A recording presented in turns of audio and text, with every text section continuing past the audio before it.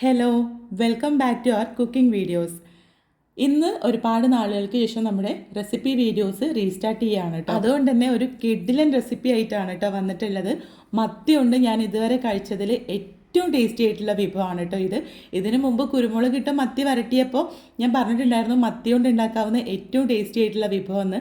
അപ്പോൾ അതൊന്നും മാറ്റി കുറിച്ച് ഇനി മുതൽ എൻ്റെ ഫേവറേറ്റ് ഇതാണ് കേട്ടോ മത്തി റെസിപ്പീസിൽ.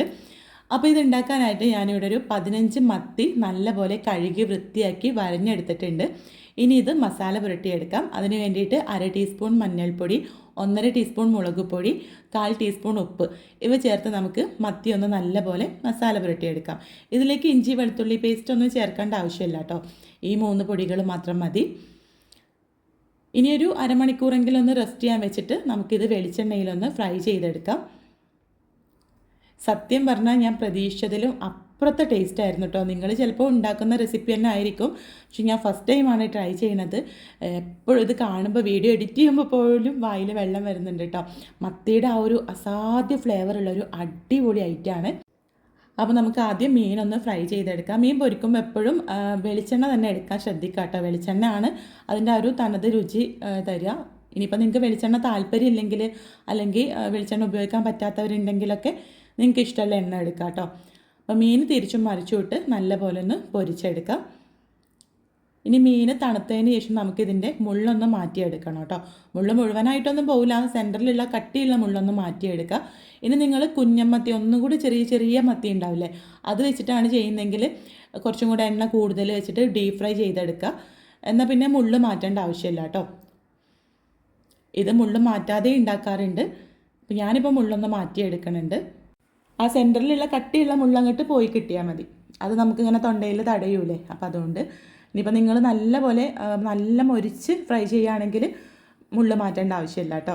അപ്പോൾ ഞാനിതായത് മുള്ളൊക്കെ ഒന്ന് മാറ്റിയെടുക്കട്ടെ.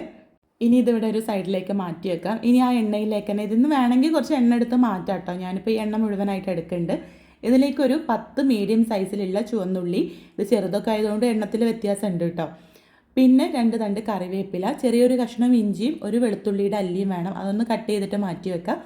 ആദ്യം ഉള്ളിയും കറിവേപ്പിലയും ജസ്റ്റ് ഒന്ന് എണ്ണയിൽ മൂപ്പിച്ചെടുത്ത് ഇതിലേക്ക് വെളുത്തുള്ളി, ഇഞ്ചി, പിന്നെ അതാ എരിവിന് ആവശ്യത്തിനുള്ള വറ്റൽമുളക്, ഞാനിവിടെ ഒരു 3 വറ്റൽമുളക് എടുത്തിട്ടുണ്ട്.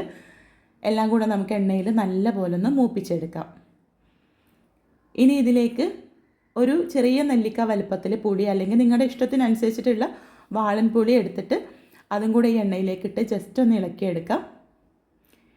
എന്നിട്ട് നമുക്ക് ഫ്ലെയിം ഓഫ് ചെയ്ത് ഇതൊന്ന് തണുത്തതിന് ശേഷം ഇത് നമുക്ക് മിക്സിയുടെ ജാറിലേക്ക് ചേർക്കാം. അപ്പോൾ ആ മീനിൻ്റെ ഫ്ലേവർ എണ്ണയിൽ മുഴുവനായിട്ട് ഇറങ്ങിയിട്ടുണ്ടാവില്ല. അപ്പോൾ അതുകൊണ്ട് ഞാൻ ഈ എണ്ണ കൂടി ഇതിലേക്ക് ചേർക്കുന്നുണ്ട് കേട്ടോ. നിങ്ങൾക്ക് താല്പര്യമില്ലെങ്കിൽ എണ്ണ ഒഴിവാക്കിയിട്ട് ഈ ഫ്രൈ ചെയ്തെടുത്ത ഉള്ളിയും മുളകൊക്കെ മാത്രം ഇട്ട് കൊടുത്താൽ മതി. ഇനി ഇതിലേക്ക് നമ്മളിവിടെ മുള്ള് മാറ്റി വെച്ചിട്ടുള്ള മീനും കൂടെ ചേർത്ത് നല്ലപോലെ ഒന്ന് അരച്ചെടുക്കുക കേട്ടോ. ഇതിലുള്ള ചെറിയ മുള്ളൊക്കെ നല്ലപോലെ അരഞ്ഞ് കിട്ടുന്ന രീതിയിൽ അരച്ചെടുക്കുക. പിന്നെ ഈ മത്തിയുടെ മുള്ള് നല്ലതാണ് കേട്ടോ, നമ്മുടെ ഹെൽത്തിന് നല്ലതാണ്. അപ്പോൾ അതുകൊണ്ട് മുള്ളുണ്ടെന്ന് വിചാരിച്ചിട്ട് പ്രശ്നമൊന്നുമില്ല. പിന്നെ ഇതിലേക്ക് ആവശ്യത്തിനുള്ള ഉപ്പും കൂടെ ചേർത്തിട്ട് നല്ലപോലെ ഇതൊന്ന് അരച്ചെടുക്കാം. ഇനി ഇതിലേക്ക് ഒരു തേങ്ങയുടെ പകുതി, അതായത് ഒരു മുറി തേങ്ങ ചിരവി എടുത്തതാണ്, അതും ഇതിലേക്ക് ചേർക്കാം. ആവശ്യമുണ്ടെങ്കിൽ കുറച്ചുകൂടെ ഉപ്പ് ചേർത്ത് നല്ലപോലെ ഒന്ന് അരച്ചെടുക്കാം. ഇതൊരു അടിപൊളി ചമ്മന്തിയാണ് കേട്ടോ. നിങ്ങൾ ഇതുവരെ മത്തി വെച്ച് ഇതുപോലൊരു ചമ്മന്തി ട്രൈ ചെയ്തിട്ടില്ലെങ്കിൽ ഒരു മസ്റ്റ് ട്രൈ ആയിട്ടാണ്. വീണ്ടും ഞാൻ പറയുന്ന അത്രയും ടേസ്റ്റി ആയതുകൊണ്ട് തന്നെയാണ് കേട്ടോ. നിങ്ങൾ ട്രൈ ചെയ്തിട്ടില്ലെങ്കിൽ ട്രൈ ചെയ്ത് നോക്കുക. നിങ്ങൾക്ക് എന്തായാലും ഇഷ്ടമാവും. ചോറിൻ്റെ കൂടെ ഇത് മാത്രം മതി കേട്ടോ. പിന്നെ നിങ്ങൾ ഇതുപോലെ ചമ്മന്തി ഉണ്ടാക്കാറുണ്ടെങ്കിൽ എന്തെങ്കിലും മാറ്റങ്ങൾ ഉണ്ടെങ്കിൽ അതിൻ്റെ റെസിപ്പി കൂടെ പറഞ്ഞു തരണേ. അപ്പോൾ എനിക്കും അതൊക്കെ ട്രൈ ചെയ്യാമല്ലോ.